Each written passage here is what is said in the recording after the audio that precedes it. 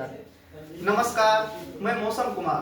Current affairs की class में आप सबों का स्वागत है दोस्तों। हमारा करंट अफेयर्स आज का जो करंट अफेयर्स का क्लास है वो है 20, 21 और 22 दिसंबर।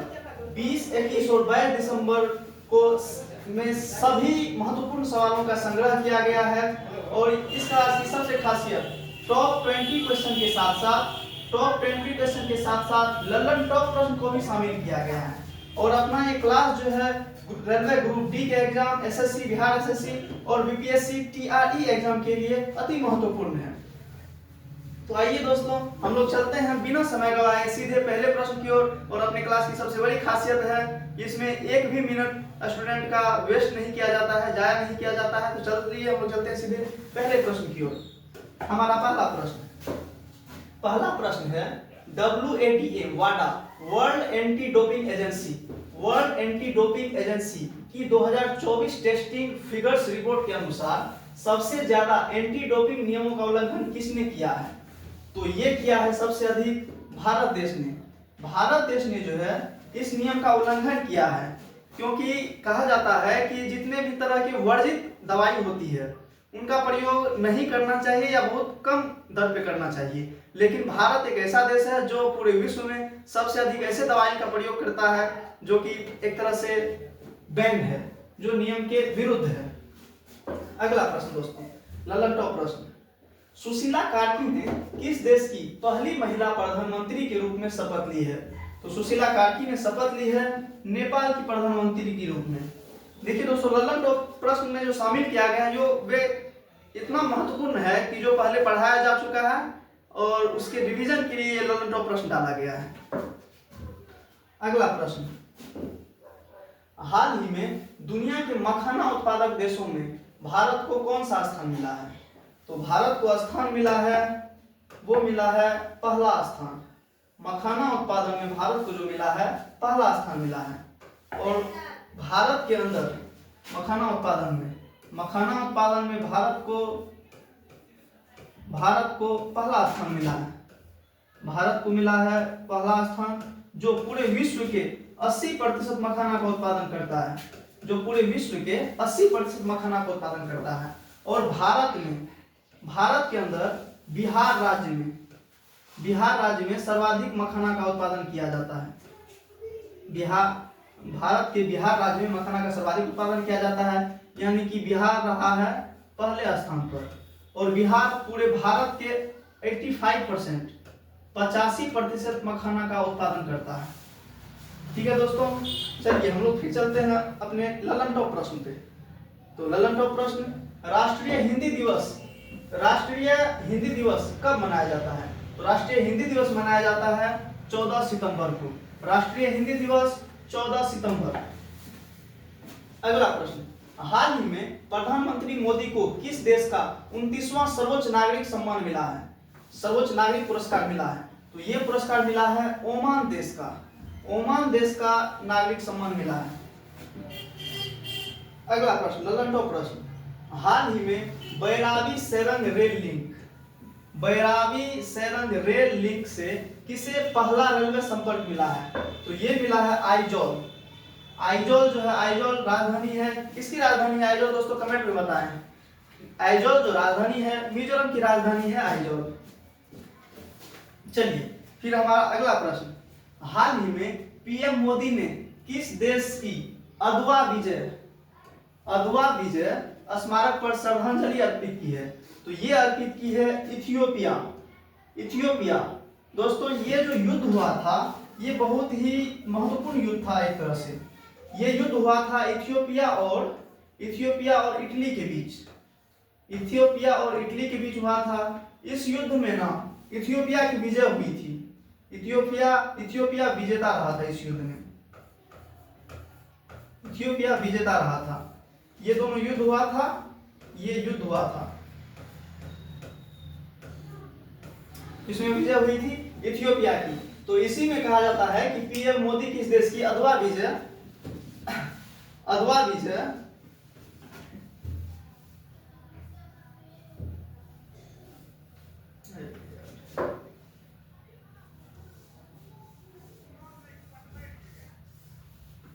तो इथियोपिया विजेता रहा था।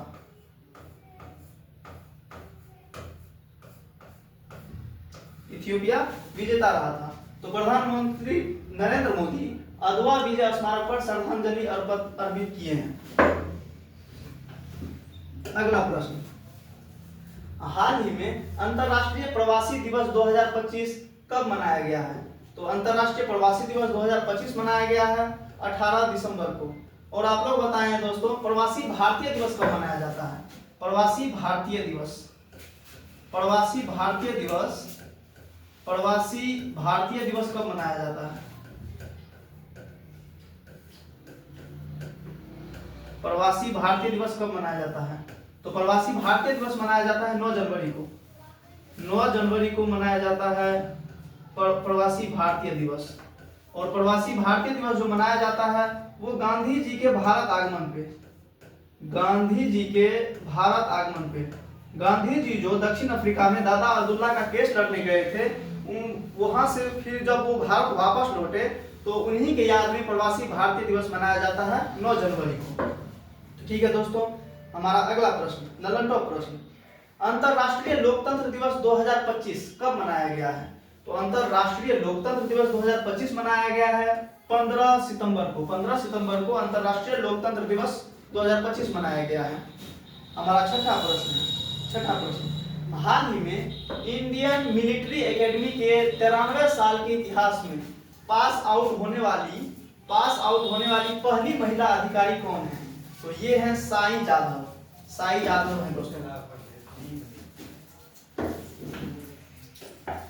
अगला प्रश्न, सातवां प्रश्न, हाल ही में दिवंगत राम वनजी सुतार, दिवंगत राम वनजी सुतार, जिसे कि राम सुतार के नाम से हम लोग जानते हैं, ये एक बहुत ही बड़े वास्तुकार थे दोस्तों, वास्तुकार थे। तो प्रश्न है, हाल ही में दिवंगत राम वनजी सुतार कौन थे? तो ये थे एक मूर्तिकार, रामजी सुतार मूर्तिकार थे जिनका हाल ही में निधन हो गया है। तो आइए दोस्तों रामजी सुतार के बारे में जानते हैं हम लोग कि रामजी सुतार ने क्या क्या उपलब्धि हासिल की है। Statue of unity, statue of unity का नाम आप लोग जरूर सुना होगा, जिसमें कि सरदार वल्लभ भाई पटेल की प्रतिमा बनाई गई थी गुजरात राज्य में। तो रामजी सुतार ने ही उसे डिजाइन किया था स्टैच्यू ऑफ यूनिटी को, statue of unity, statue of unity. तो स्टैच्यू ऑफ यूनिटी को डिजाइन किया था, स्टैच्यू ऑफ यूनिटी को डिजाइन किया था राम सुतार ने। Statue of unity Sardar Vallabh भाई पटेल, सरदार पटेल जिसे कहते हैं, सरदार पटेल की प्रतिमा थी। दोस्तों आप लोग बताएं कि सरदार पटेल की जो ये प्रतिमा थी इसकी ऊंचाई कितनी थी? तो इसकी ऊंचाई थी 182 मीटर, 182 मीटर इसकी ऊंचाई थी। इन्होंने और कुछ महत्वपूर्ण प्रतिमा बनाई, जिनमें कि दूसरा है शिवाजी महाराज की मूर्ति, शिवाजी महाराज की मूर्ति, शिवाजी महाराज की मूर्ति और उनका घोड़ा, और उनका घोड़ा, इन दोनों की प्रतिमा बनाई थी। और इसके साथ साथ इन्होंने गांधी जी की भी प्रतिमा बनाई थी, गांधी जी की भी प्रतिमा बनाई थी, गांधी जी की भी प्रतिमा बनाई थी। तो इस तरह से दोस्तों ये एक बहुत ही बड़े मूर्तिकार थे। ठीक, चलिए हम लोग चलते हैं अगले प्रश्न की ओर। ललन टॉप प्रश्न, वर्ष 2027 में SCO शिखर सम्मेलन किसकी मेजबानी में होगा? तो ये होगा नल्ला पाकिस्तान की मेजबानी में, नल्ला पाकिस्तान की मेजबानी में होगा दोस्तों। अगला प्रश्न, हाल ही में हांसी किस राज्य का 23वां जिला बना है? हांसी जो बना है ये 23वां जिला बना है किस राज्य का? तो ये बना है हरियाणा का 23वां जिला बना है हांसी, हांसी बना है हरियाणा का 23वां जिला। ये जो है हिसार से अलग होकर के, हिसार जिला से अलग होकर के ये 23वां जिला बना है, हरियाणा का 23वां जिला बना है हांसी। ये हिसार जिला से अलग होकर के बना है, हिसार जिला से अलग होकर के बना है। अगला प्रश्न, हाल ही में नवीन एवं नवीकरणीय ऊर्जा मंत्रालय ने किस ऊर्जा पर पहली राष्ट्रीय नीति का अनावरण किया है? तो ये किया है भूतापीय ऊर्जा पर। अगला प्रश्न, हाल ही में टेनिस प्रीमियर लीग 2025 का खिताब किसने जीता है? तो tennis premier league 2025, tennis premier league 2025 का खिताब जीता है जीएस दिल्ली एसएस ने, GS Delhi SS, GS Delhi SS. ललनटो प्रश्न, हाल ही में CEAT cricket lifetime achievement award 2025 से किसे सम्मानित किया गया है? तो ये सम्मानित किया गया है ब्रायन लारा को। ब्रायन लारा दोस्तों वेस्ट इंडीज के प्लेयर थे, वेस्ट इंडीज के टेस्ट क्रिकेट के महानतम प्लेयर, वेस्ट इंडीज के क्रिकेट के बहुत ही महान प्लेयर थे ब्रायन लारा महोदय। तो हाल ही में CEAT cricket lifetime achievement award 2025 से जो सम्मानित किया गया है वो किया गया है ब्रायन लारा को, ब्रायन लारा को सम्मानित किया गया है।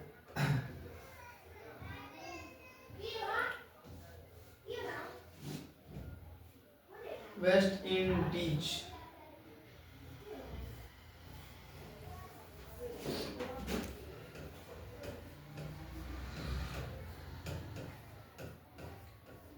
तो ब्रायन लारा जी को सम्मानित किया गया है। अगला प्रश्न, हाल ही में भारतीय वायुसेना ने किसके साथ द्विपक्षीय हवाई अभ्यास एवीआईए इंदिरा 2025 प्रारंभ किया है? तो ये प्रारंभ किया है रूस के साथ प्रारंभ किया है। अगला प्रश्न है वर्ष 2026 में 18वें ब्रिक्स शिखर सम्मेलन की अध्यक्षता किसे मिली है? तो ये अध्यक्षता जो मिली है वो मिली है भारत को मिली है 2026 में होने वाले ब्रिक्स सम्मेलन की अध्यक्षता। और आप लोग कमेंट में बताएं दोस्तों कि 2025 की अध्यक्षता किसे मिली थी? 2025 की अध्यक्षता किसे मिली थी? तो 2025 की अध्यक्षता जो की थी वो की थी ब्राजील ने, 2025 की अध्यक्षता ब्राजील ने की थी। अगला प्रश्न, विश्व ओजोन दिवस 2025 कब मनाया गया है? तो विश्व ओजोन दिवस 2025 मनाया गया है 16 सितंबर को, 16 सितंबर को विश्व ओजोन दिवस 2025 मनाया गया है। अगला प्रश्न, भारत की पहली फॉरेस्ट यूनिवर्सिटी कहाँ प्रारंभ होगी? भारत की पहली फॉरेस्ट यूनिवर्सिटी कहाँ प्रारंभ होगी? तो भारत की पहली फॉरेस्ट यूनिवर्सिटी जो प्रारंभ होगी, भारत की पहली फॉरेस्ट यूनिवर्सिटी गोरखपुर में प्रारंभ होगी। भारत की पहली फॉरेस्ट यूनिवर्सिटी गोरखपुर में प्रारंभ होगी, गोरखपुर उत्तर प्रदेश में भारत की पहली फॉरेस्ट यूनिवर्सिटी प्रारंभ होगी। अगला प्रश्न, हाल ही में राष्ट्रपति मुर्मू ने कहां राज्य पीसीएस अध्यक्ष के राष्ट्रीय सम्मेलन का उद्घाटन किया है? तो राष्ट्रपति द्रौपदी मुर्मू ने जो है पीसीएस अध्यक्ष के राष्ट्रीय सम्मेलन का उद्घाटन किया है हैदराबाद में उद्घाटन किया है, हैदराबाद में। ललनटो प्रश्न, 2025 में दुनिया के शीर्ष 10 सबसे खुशहाल शहरों की सूची में किस शहर को शीर्ष स्थान मिला है? तो ये शीर्ष स्थान मिला है डेनमार्क की राजधानी कोपेनहेगन, डेनमार्क की राजधानी कोपेनहेगन को शीर्ष स्थान मिला है। कोपेनहेगन डेनमार्क की राजधानी है, कोपेनहेगन डेनमार्क की राजधानी है। अगला प्रश्न, 14वां प्रश्न, हाल ही में किस राज्य ने पहली बार सैयद मुश्ताक अली ट्रॉफी का खिताब जीता है? तो सैयद मुश्ताक अली ट्रॉफी का खिताब जीता है, सैयद मुश्ताक अली ट्रॉफी का खिताब जीता है झारखंड में, झारखंड राज्य सैयद मुश्ताक अली ट्रॉफी का खिताब जीता है। सैयद मुश्ताक अली ट्रॉफी का खिताब किसने जीता है? झारखंड ने जीता है। अगला प्रश्न, हाल ही में इको टूरिज्म स्थलों पर प्लास्टिक प्रदूषण को नियंत्रित करने के लिए ग्रीन डिपॉजिट योजना किसने प्रारंभ की है? तो ग्रीन डिपॉजिट योजना जो शुरू की है वो की है मेघालय में, मेघालय राज्य ने ग्रीन डिपॉजिट योजना शुरू की है। ललनटो प्रश्न, हाल ही में बीमा सुगम पोर्टल कहां लॉन्च हुआ है? तो बीमा सुगम पोर्टल लॉन्च हुआ है हैदराबाद में, हैदराबाद में बीमा सुगम पोर्टल लॉन्च हुआ है, इसको याद रखें। बीमा सुगम पोर्टल लॉन्च हुआ है हैदराबाद में। अगला प्रश्न, हाल ही में WTA player of the year 2025 का सम्मान किसे मिला है? तो ये मिला है टेनिस के मशहूर प्लेयर अरियाना सवालेंका को, अरियाना सवालेंका को मिला है, Aryna Sabalenka. WTA player of the year, WTA player of the year 2025 का खिताब। अगला प्रश्न, हाल ही में SIES श्री चंद्रशेखरेंद्र सरस्वती राष्ट्रीय उत्कृष्टता पुरस्कार किसे मिला है? तो ये मिला है हेमंत बिस्वा शर्मा को, हेमंत बिस्वा शर्मा जी को मिला है। अगला प्रश्न, अगला ललन टॉप प्रश्न है, देखिए आप लोग इस प्रश्न को अच्छे से दोस्तों। अगला प्रश्न है, हाल ही में ऑस्कर 2026 में अंतरराष्ट्रीय फीचर फिल्म पुरस्कार श्रेणी में भारत की आधिकारिक प्रविष्टि के रूप में किसे चुना गया है? तो ऑस्कर 2026 में जो चुना गया है, ऑस्कर 2026 के अंतरराष्ट्रीय फीचर फिल्म पुरस्कार, अंतरराष्ट्रीय फीचर फिल्म पुरस्कार में भारतीय फिल्म होम बाउंड को चुना गया है भारत की ओर से। अगला प्रश्न, भारतीय नौसेना ने अपना पहला स्वदेशी डाइविंग सपोर्ट क्राफ्ट A20 कहां कमीशन किया है? इस प्रश्न को आप लोग पढ़ें दोस्तों और उसके बाद जवाब दें अपने आप में ही, फिर दोहरा लें इस प्रश्न को। भारतीय नौसेना ने अपना पहला स्वदेशी डाइविंग सपोर्ट क्राफ्ट A20 कहां कमीशन किया है? तो ये किया है कोच्चि में कमीशन किया है। अगला प्रश्न, दिसंबर 2025 में विश्व स्वास्थ्य संगठन का दूसरा पारंपरिक चिकित्सा वैश्विक शिखर सम्मेलन कहां आयोजित हुआ है? तो ये आयोजित हुआ है नई दिल्ली में आयोजित हुआ है, नई दिल्ली में। दिसंबर 2025 में विश्व स्वास्थ्य संगठन का दूसरा पारंपरिक चिकित्सा वैश्विक शिखर सम्मेलन कहां आयोजित हुआ है? तो आयोजित हुआ है नई दिल्ली में। आइए दोस्तों हमारा फिर अगला प्रश्न,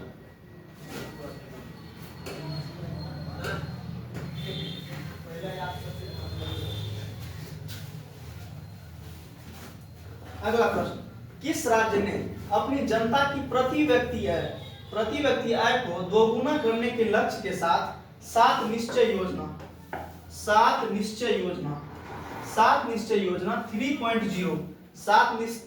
3.0 योजना को मंजूरी दी है? तो ये मंजूरी दी है अपना राज्य बिहार ने इस योजना को मंजूरी दी है। देखिए दोस्तों, 7 निश्चय योजना शुरू की गई है बिहार के व्यक्तियों के प्रति व्यक्ति आय को दोगुना करने के लक्ष्य से, प्रति व्यक्ति आय के लक्ष्य को दोगुना करने के लक्ष्य से बिहार में 7 निश्चय 3.0 योजना शुरू की है। तो इस तरह से ये हमारा आज का अंतिम प्रश्न था दोस्तों, और कैसा लगा क्लास कमेंट में जरूर बताएं और अपने दोस्तों तक भी शेयर करें। ठीक है दोस्तों, मिलते हैं अगले क्लास में। जय हिंद।